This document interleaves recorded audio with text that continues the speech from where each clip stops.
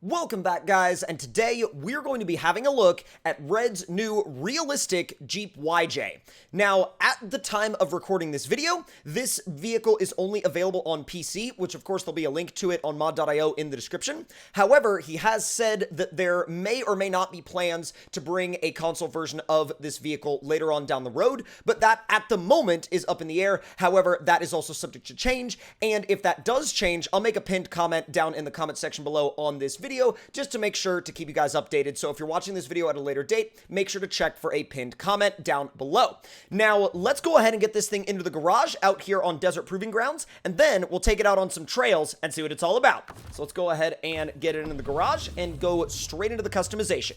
Now, right off the bat, you have the 4-liter inline 6, which comes in at an A+ power to weight rating, but you can upgrade that to a S+, which we're going to go ahead and do because it's not that big of a jump, at least on paper. It's not that big of a jump.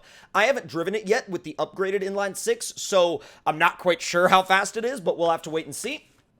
Gearbox-wise, we're going to go with the off-road gearbox. There's also the simulated manual if you want to go that route. It's a really interesting setup, and it's meant to be used with a steering wheel and shifter. Now, suspension-wise, you have stock, stock plus, and then raised and raised plus. Now, essentially what these are like a stock version and a raised version, and then different versions of both of those that don't take damage. So if you'd rather not deal with, tiny little rocks and sticks on the ground causing you a bunch of suspension damage, these are definitely the options for you. Now, as far as tires go, you start off with a set of 33s, and you have boggers, trail grapplers, KM2s, let's see, TSL swampers, Baja Claws, USD stickies, which those look really good. You have Pitbull rockers, Maxxis Trepadors, IROX, what else? Pro Comp MTs. Let's see, and then it repeats in 35, and then, wow, you could actually throw 37s under this thing. Hey, 37s on a YJ is like, it's such a balanced looking setup. Like, it's such a good looking setup, such a well balanced setup, and there are very few places that a YJ on 37s can't go. Now, if you're heading out to a snowy or icy map, you of course have these studded trail grapplers if you want to go that route, but we're out here in the desert, so we're not really in need of spiked tires. So I think what we're going to use is I'm going back and forth actually between the stickies, the pit bulls, and the Pro Comp MTs. I've never actually used the Pro Comp MTs, so let's go ahead and throw those on there. Now we'll do Autonomous Scout Extended, and I love this. So if you're going to be, setting off for like a really long time out in the wilderness and you don't have dev tools, you're going to want an actual spare. Now, what I love about this though is the fact that you can actually choose any of the tire options as a spare option, so you can actually match it. Like, I love having a matching spare. It's so nice. You can throw the diff lock. Wait a minute. Oh, the diff lock is an option. That's interesting. But it kind of makes sense. Now, let's see, reach rank 14 to unlock. I guess we'll throw that on with the dev tools because, again, with this map, you spawn in at level 1, at least at the time of recording this video. Now, let's see, CB antenna regular, CB antenna spring base. We'll probably throw the spring base one on. And let's see, soft top windows. We'll do doors. Oh, doors for the soft top, doors for the hard top. Let's see. We got the tools in the back, definitely going to do that. We got the soft top, we've got the hard top, which I don't think I'm going to throw the top on for this one, but actually you can take the windshield on and off as well. That's actually a really interesting feature. So let's put the light bar up top, and we'll do these kind of like half door style doors. And then I'm not going to put the windows on because, again, I don't think we'll need it out here. White rock lights, I'll definitely take a look at those, and then we'll throw probably like Mountain Dew in the cup holder. And then wheels-wise, we have kind of like these classic style, almost like, ooh, like an old school Steely almost with those. But I'm gonna go with these. I definitely want to throw a beadlock, some kind of beadlock design on this rig because not only does it look really good with it, but I feel like, on a YJ with 37s, you'd probably want to have a beadlock so you could take full advantage of being able to air down those 37s. Obviously, you can't do that here in SnowRunner, at least not yet. I would love to see that in an update someday, but okay, so that's interesting. The camo does not change color, but like everything else besides the camo does. So depending on kind of the route you want to go, you can either You can either leave it on kind of like this default like silverish white color with the camo, or you can change the base color and the camo stays the same. I will probably, ooh, I kind of like it with the gray though. I'll probably leave that base color actually, because it doesn't look too bad. It doesn't look too bad at all. Now let's throw beans up there on the dash, and oh sweet, you actually have just about all of the like all of the base game accessories as well. Let's throw the dice up there. I just like it. I think it's actually really, really cool. Now, sun's about to go down, so we're gonna change that. Yeah, I was gonna say, we are gonna change that real quick. Now, let's throw a, real quick, I wanna make sure we throw the, let's see, where are the snorkels? Where in the heck did the snorkels go? Bro, oh my god, there they are. We'll do the tall snorkel. Yeah, that looks right. All right, let's fire this thing up and get it out on the trails. It sounds like a real YJ, which is actually, like, it's really cool, the fact that, like, he's been able to replicate that sound incredibly realistically. Now, let's go into the interior view real quick. Bro, I love that. It really does, like, genuinely look like a real YJ in here. You've literally got your drink down there in the cup holder, you got beans on the dash, you got the freaking dice. Like, you're literally ready for whatever trail, whatever adventure you want to go on. And the cool thing about this, too, is that it works really, really well for people that want a realistic feeling adventure. Now, let's see. Should we make our way down there? We've done that trail before. Obviously, that trail has been discovered, but let's see.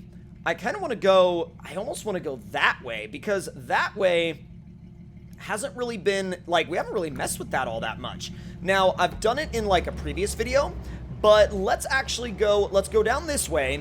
Then we'll kind of like, we'll veer right and then go up, and then we'll go kind of to the right side of where the rock bridge is. I think it'll be a fun route.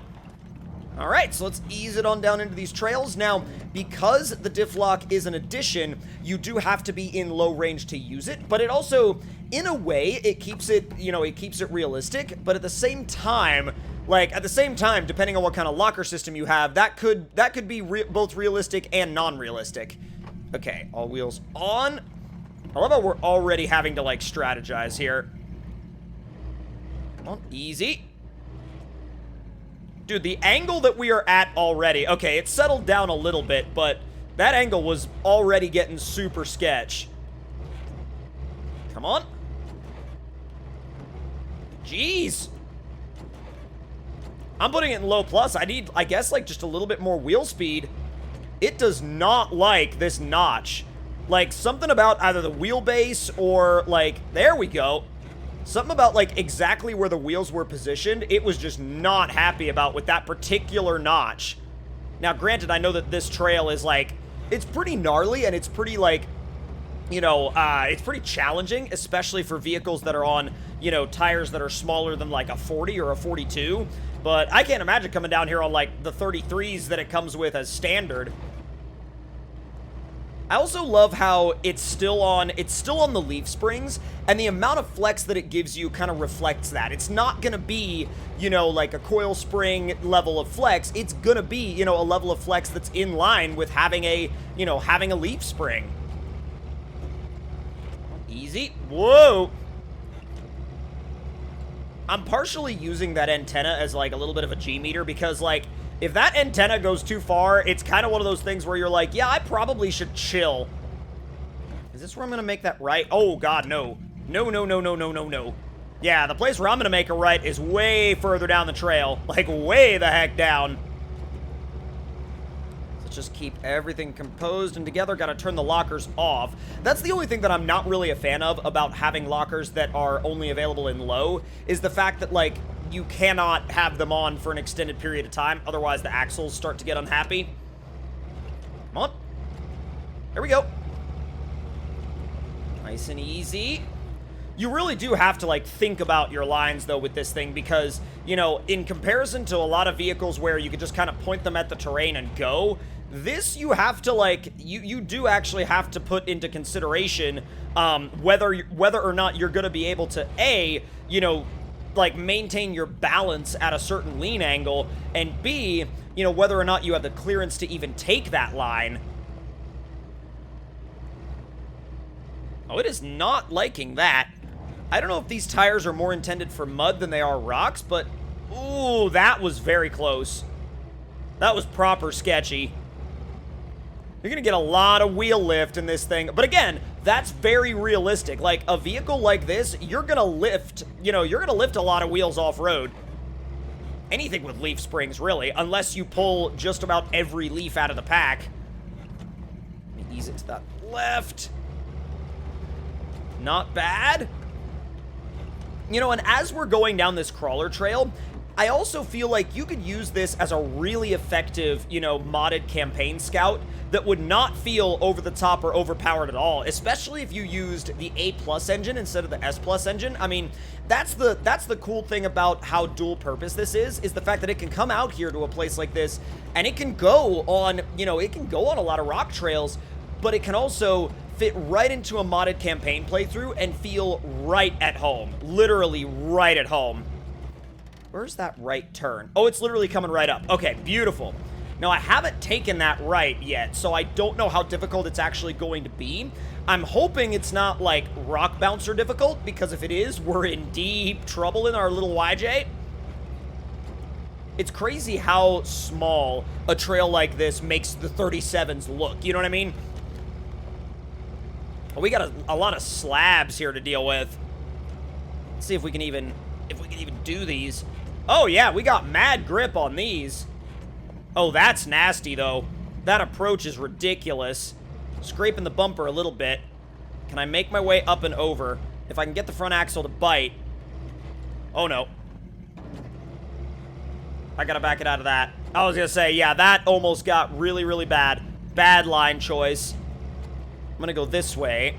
And then hopefully, there we go. We can get it to kind of slide into position. I don't know. There you go. Rotate it around, and she's good to go. Glad we have rock sliders, because we really, really needed them. Oh my god, we really needed them.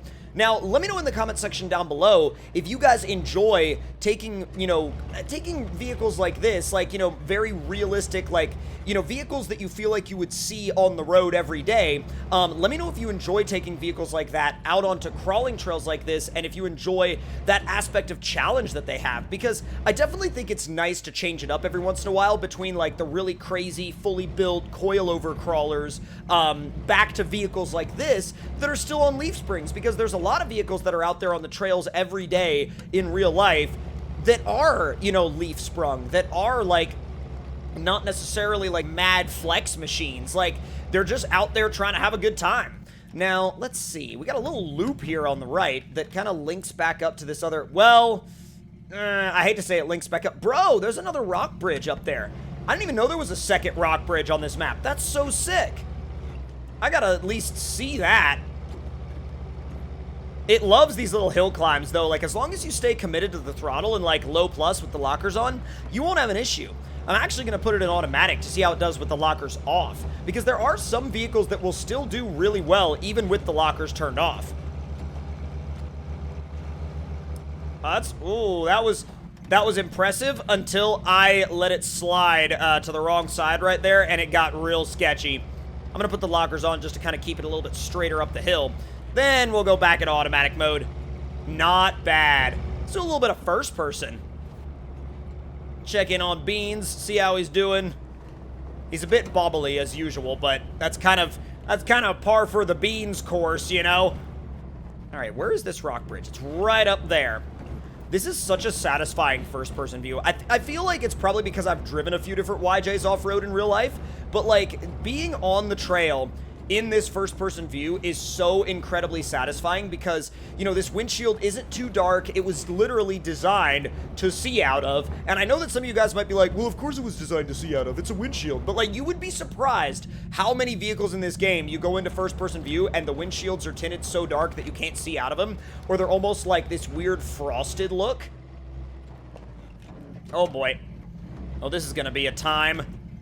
This is narrower than the other rock bridge. This is really freaking narrow. There you go. Just gotta stay committed to the throttle. Not so committed that you drive right off the edge, but committed enough that you can actually make your way up over the next rock. Oh god, I did not realize that that was that... Ooh, that was so close. I did not realize that that was that narrow. Oh my god, now we're sideways. I think I can fix this, though. I just gotta be insanely careful. Ooh, that's a bit... Oh, God. Ooh, that's a bit sketch. Wow.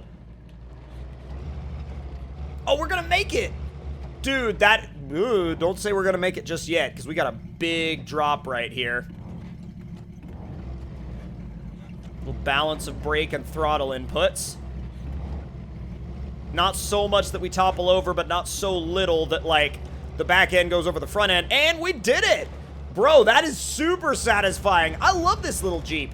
This little thing is honestly so incredibly satisfying to drive that even if you're not a big, like, YJ fan, or even if you're not a big Jeep fan, I definitely would recommend giving this thing a try and giving this thing, a run on either this map or maybe your favorite crawler trail map.